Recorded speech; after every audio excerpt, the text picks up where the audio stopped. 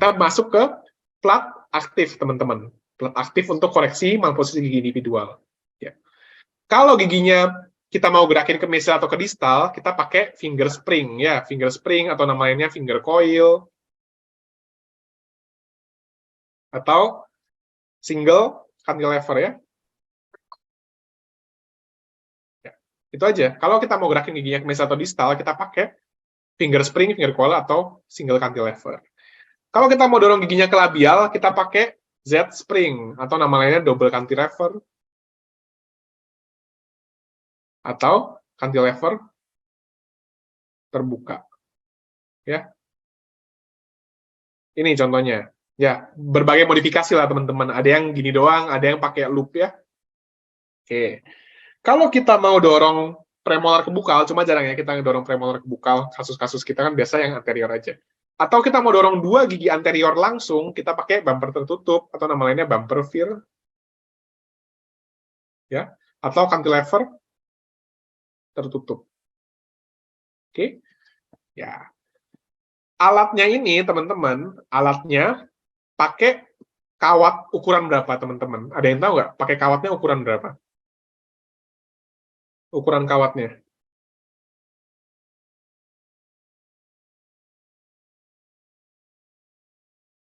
Ukuran kawatnya pakai yang 0,6 ya. Pakai 0,6. Oke. Kalau aktivasi ini, aktivasi finger spring gimana caranya, teman-teman? Misalnya ini ya, yang kasus ini, cukup kita jepit sedekat mungkin sama coil, kita gerakin ke arah yang kita mau gerakin. Misalnya ini mau gerakin ke mesial, ya kita dorong ke arah mesialnya. Ya, jepit sedekat mungkin dengan coil, dorong ke arah mesial, gitu ya, atau ke arah distal. Kalau Z spring, tergantung guys. Kalau kasusnya torsiversi atau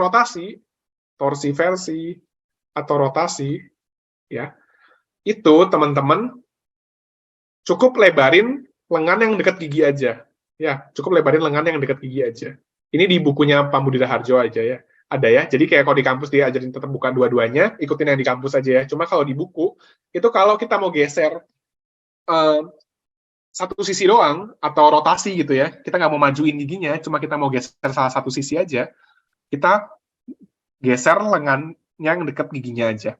Kalau kita mau majuin giginya, jadi pada kasus-kasus labioversi, palatoversi atau linguoversi, kita baru lebarin dua-duanya. Ya. Kalau bumper veer sama ya, tinggal kita lebarin aja. Oke. Lanjut ya. Tadi kan komponen aktif dari plat aktif ya. Kalau komponen retentif, teman-teman, yang biasa kita pakai paling yang Adam clasp aja ya.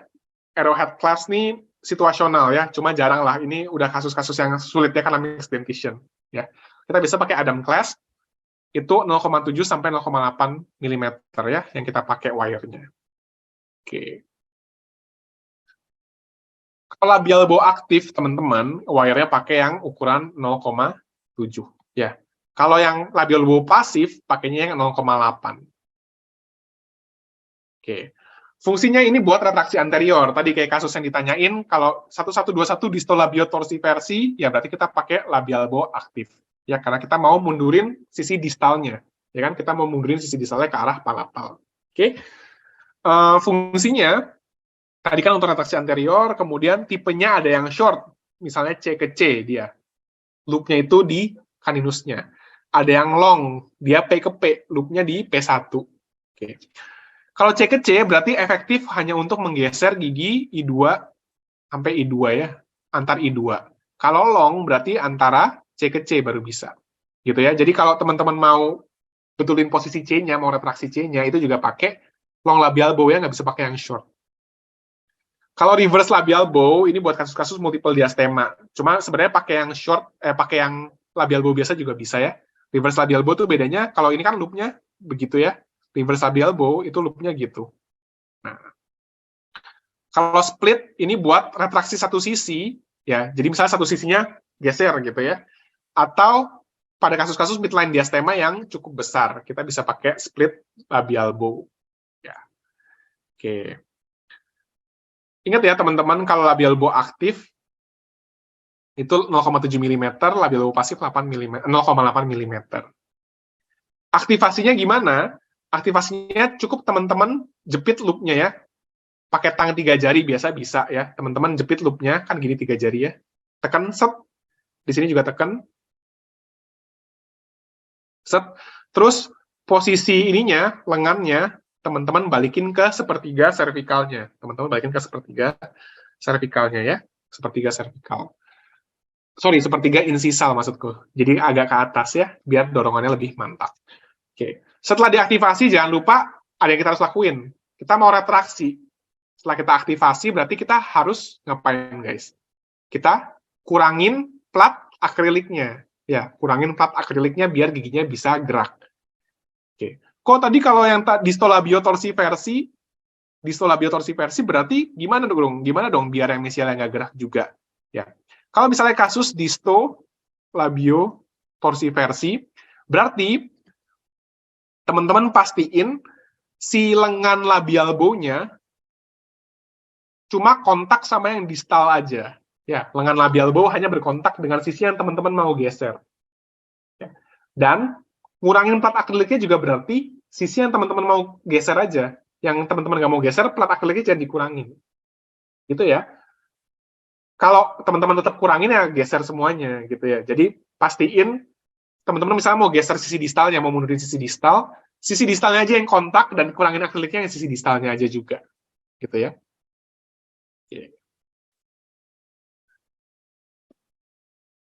Oke, ada yang nanya nih. Kalau gigi 34 mesioversi, 45 linguoversi, apakah menggunakan Z-spring pada gigi 4 gigi insisif kok? 34 mesioversi, 45 linguoversi.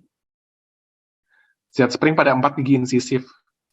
Oke, kalau teman-teman mau majuin 4 gigi insisif, lebih baik pakai plat ekspansi sagittal aja, ya. Itu aku jawab yang pertama dulu ya. Kalau mau majuin 4 gigi insisif, langsung aja plat ekspansi sagittal, ya. Z-spring bisa, cuma yang nanti kepenuhan ya, klamernya kepenuhan. Kok klamer apa? Platnya kepenuhan, ya. Antara pakai plat ekspansi sagittal, kalau enggak pakai bumper veer aja 2, pakai ini. Pakai si mattress spring 2 ya. Jadi gesernya, misalnya kan 4 gigi insisif, berarti kan 22, 21, 11, 12 gitu. Nah, ini pakai bumper veer di sini, gitu ya. Nah, di sini pakai bumper veer juga. Nah, gitu ya. Kenapa? Kalau pakai Z-spring semua, nanti kepenuhan si platnya, ya. Oke. Terus, bentar. 34, 45 linguoversi, berarti kita mau dorong kebuka kan pakai si ini ya, bumper tertutup nih, bumper veer. Nih. Oke. Pakai ini ya. Kecuali kalau semuanya ada crossbite-nya ya. Kalau semuanya kontraksi ya. Kalau semuanya kontraksi, teman-teman bisa ekspansi. Oke. Oke, ada yang nanya. Ada yang nanya lagi nih. Diastema pada seluruh gigi 11 sampai 15. Apakah semua harus dipakai ini finger spring ya kok? Diastema 11 sampai 15. Berarti sisi regio 2-nya enggak ya? Regio 2-nya enggak ini ya? Oke. Untuk koreksi diastema itu ada 2 cara sebenarnya teman-teman. Yang pertama pakai labial bow tadi. Pakai labial bow. Yang kedua, pakai finger spring bisa. Pakai finger spring cuma nggak ideal. Ya, pakai finger spring itu namanya distalisasi. Teman-teman kebayang ya, kalau pakai labial bow untuk koreksi diastema, kan kita ngecilin lengkung rahang. Lengkung rahangnya kita kecilin. Otomatis kan, ya udah fit semua gitu posisinya ya. Kalau finger spring kita nggak ngecilin lengkung rahang, kita cuma geser dia ke mesial aja.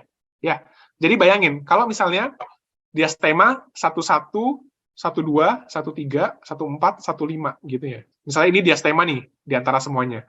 Terus, kita geser 1-2-nya ke sini, geser 1-3-nya ke sini, 1-4-nya geser, 1-5-nya geser, berarti kan di 1-5-nya ada space, ya. Ada space sampai 1-6-nya, karena kita geser semuanya ke mesial. Nah, bisa dilakukan, tapi itu hanya mencapai estetik aja, ya, untuk estetik doang. Oke? Jeleknya akan ada gap di sini dan gampang makanan nyangkut. Cuma kalau ditanya bisa atau enggak, bisa dilakukan. Ya, tapi idealnya kalau bisa di labial bow, kita labial bow ya.